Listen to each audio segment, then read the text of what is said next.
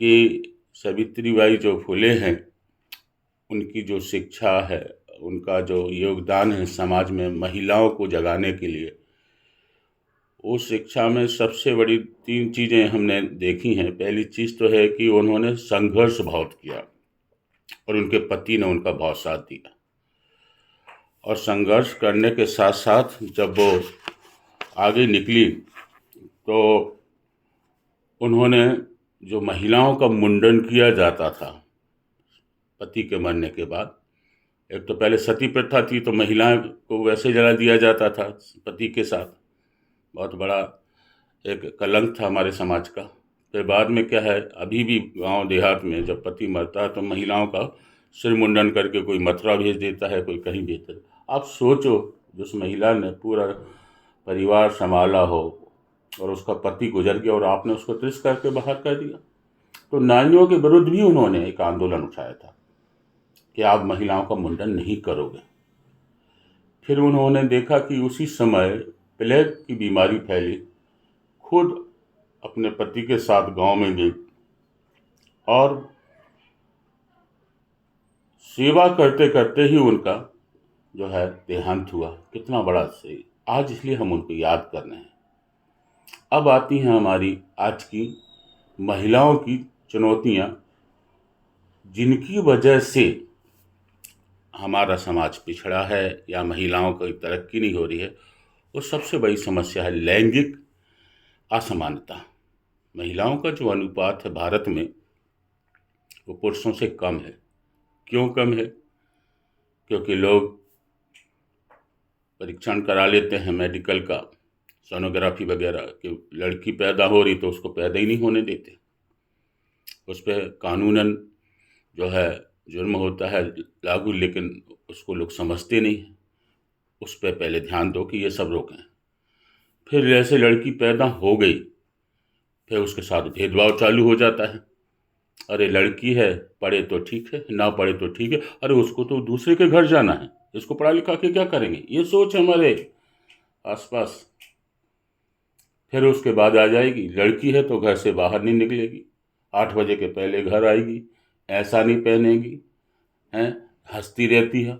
बताओ, उसकी जो नेचुरल ग्रोथ है, फ्रीडम है, उसकी जो आइडियोलॉजी है, उस सब को हम ही लोग जो है धीरे धीरे कुचल देते हैं। हर घर में होता है और एक कहीं ना कहीं।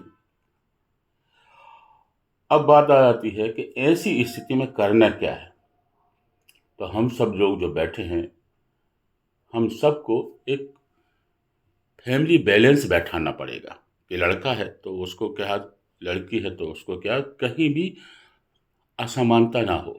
उसका पूरा ध्यान हर बात में, जेब खर्च का देख लो, लड़के को मोटरसाइकिल दे दोगे, है ना, बढ़िया जीन्स पहनेगा, लड़की एक साड़ी मांगेगी, कुछ कहेंगे तो 10 बार पूछे, अरे तुमने पिछली बार तो लिया था। ये भेदभाव भी होता है।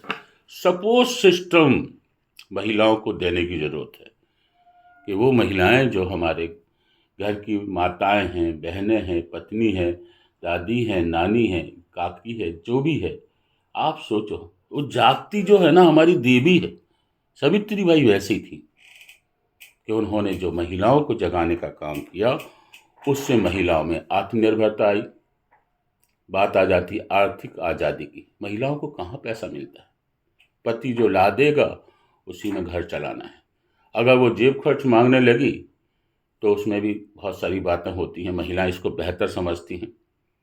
उनका जन्मदिन नहीं लोग मनाते, पार्टी खूब करेंगे, लेकिन महिला के जन्म को पता ही नहीं, इसकी कोई भावना नहीं समझ रहे हैं। अब बात आ जाती है कि उनको आर्थिक कैसे बनाना। तो मैं समस्या भी बता रहा हूँ, हल भी बता रहा हूँ। उनके जो कौशल है, शिक्षा है, उसको हमको जगाने की ज़रूरत है।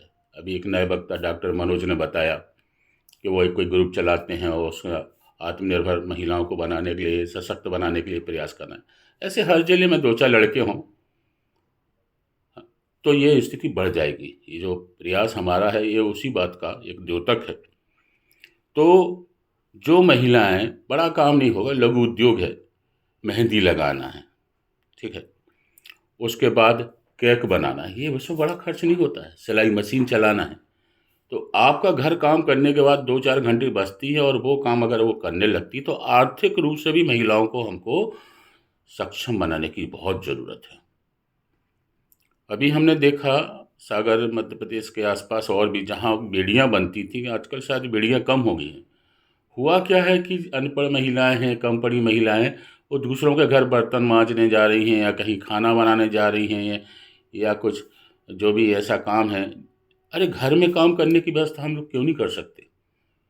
महिलाओं को क्यों बाहर जाने, माने सुरक्षा की बात से नहीं कर रहे हैं, सम्मान की दृष्टि से हम बात कर रहे हैं कि जो काम घर में हो सकता है या हम करा सकते हैं छोटे छोटे से काम, तो उसको करें।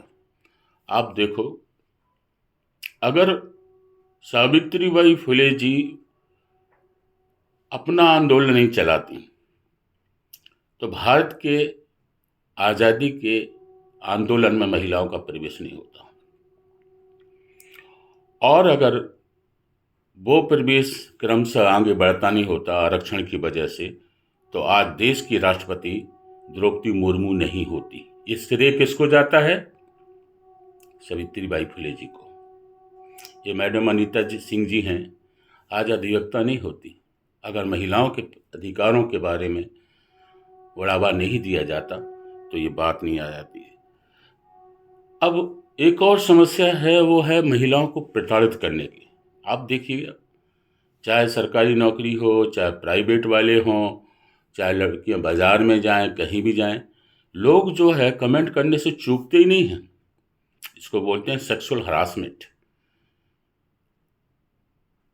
मजाक करके, किसी भी तरीके से टच करके उनको परेशान करना है, ये बहुत चलन में आ गया। मेट्रो में आप देखो, बड़े बड़े शहरों या गांव देहात हों, लड़के आमतौर पे जो सवर्ण लड़के हैं वो आम बहुत अक्सर ही होते, गरीब घर की लड़कियों को छेड़ाछाड़ी तंग करते, कर ये क्या कर लेंगे।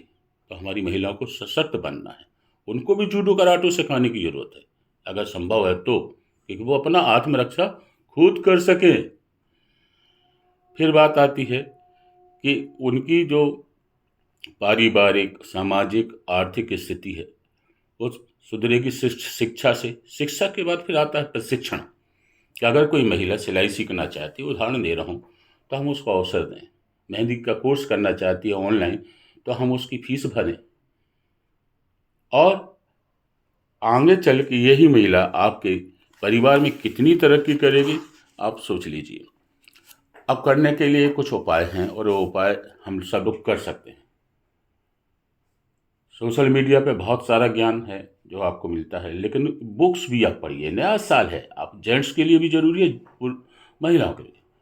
पहले जो है ग्रह शोभा है और मेरी सहेली है, बहुत सारी अच्छी अच्छी पत्रिकाएं आती हैं, आजकल वो ऑनलाइन हो गई हैं। कितने पति हैं जो अपनी महिलाओं को महिलाओं की पत्रिका ला के दे देते हैं, और कितने घरों में मिलती हैं। अरे बड़े चाव से पढ़ती हैं भाई वो, और उसमें क्या लिखा है, संस्कार कैसे हों, व्यंजन कैसे बनाएं, सिलाई कढ़ाई का कैसे काम करें। सरिता मुक्ता का एक ज़माना था, पत्रिकाओं को आप देखो तो महिलाओं का एक अलग विशेषक होता था। तो ये धीरे धीरे कन्वर्ट हो गया है सोशल मीडिया पे, पर हमारी महिलाएं सोशल मीडिया पर उसको नहीं देख पाती। फिर बात आती है उनकी लाइफ स्टाइल। तो गांव की जो महिलाएं हैं, जहाँ जैसे रहती थी, आज वो बेचारी वैसे ही रह रही बेचारी। शब्द इसलिए बोल रहा हूँ कि उनको कोई परिवर्तन करने नहीं देता।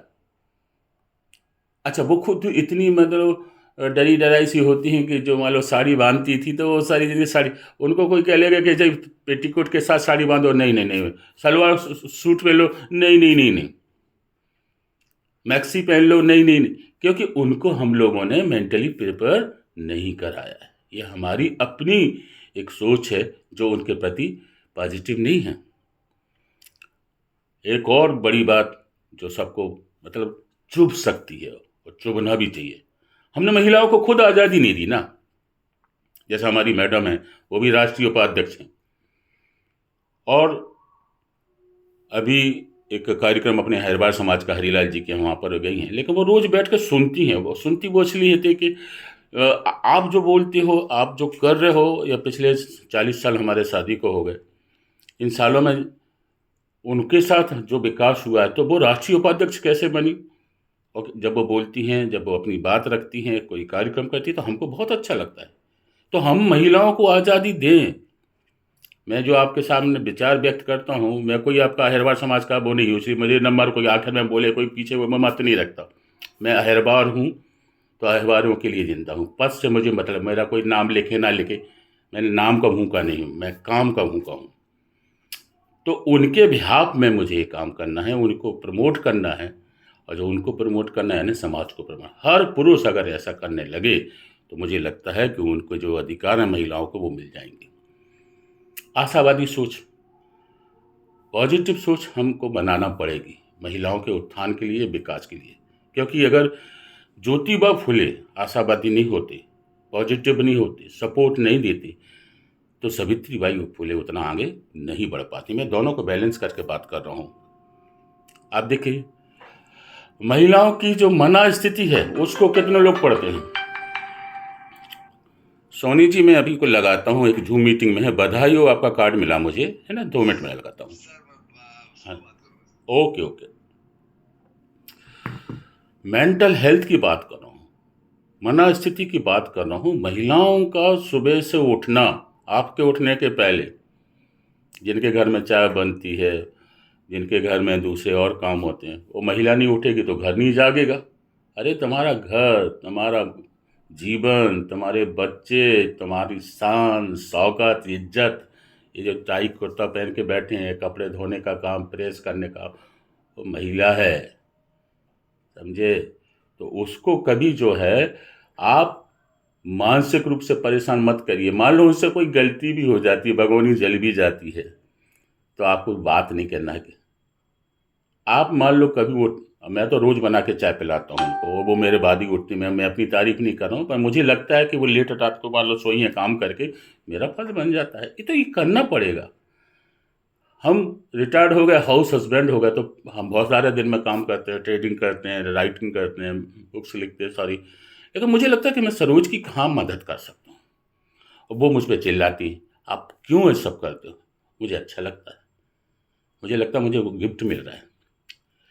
तो महिलाओं का जो मना स्थिति है भाइयों, उनको आपको पढ़ने की ज़रूरत है, समझने की ज़रूरत है, और सपोर्ट देने की ज़रूरत है ना, लड़ने की ज़रूरत नहीं है। फिर बात आ जाती है कि हम उनको अपनी बराबरी का नहीं समझते। अगर अनीता जी सुन रही हैं या आप लोग सुन रहे हैं, एक किताब का नाम लिख दो। किताब का नाम है स्त्री उपेक्षिता, वो इंग्लिश की ट्रांसलेट हुई है the Second Sex, Simone de Beauvoir. Simone de Beauvoir जो फ्रांस के बहुत बड़े राइटर थे, उनकी किताब है द सेकंड सेक्स, और हिंदी में प्रभा खेतान ने उसको लिखा है स्त्री उपेक्षिता। उसमें उन्होंने बताया कि महिला पुरुषों से 1000 गुना जो है ताकतवर है, संवेदनशील है, पावरफुल है, त्याग की मूर्ति है। पर हम मानते हैं क्या? ईमानदारी से बोलें, हम ही अपने आप को सूरमा समझते हैं। नहीं नहीं, और हम नहीं घर चलाएं तो वो तुम्हारा घर नहीं चलेगा, तो ये नहीं होगा, ये डायलॉग बात नहीं ना। ये दोगलापन हमको खत्म करना पड़ेगा, क्योंकि सच्चाई तो सच्चाई है। बात आ जाती है कि जो पुरुष प्रधान समाज है ना, अंत में कर रहा हूं अपनी बात की, इस पुरुष प्रधान समाज की सोच को बदलने की जरूरत है। तब जाकर ज्योतिबाई फुले का जो सपना पूरा होगा। आप सबने मुझे बोलने का मौका दिया, बहुत धन्यवाद, साधुवाद। जय भीम, नमो बुद्धाय।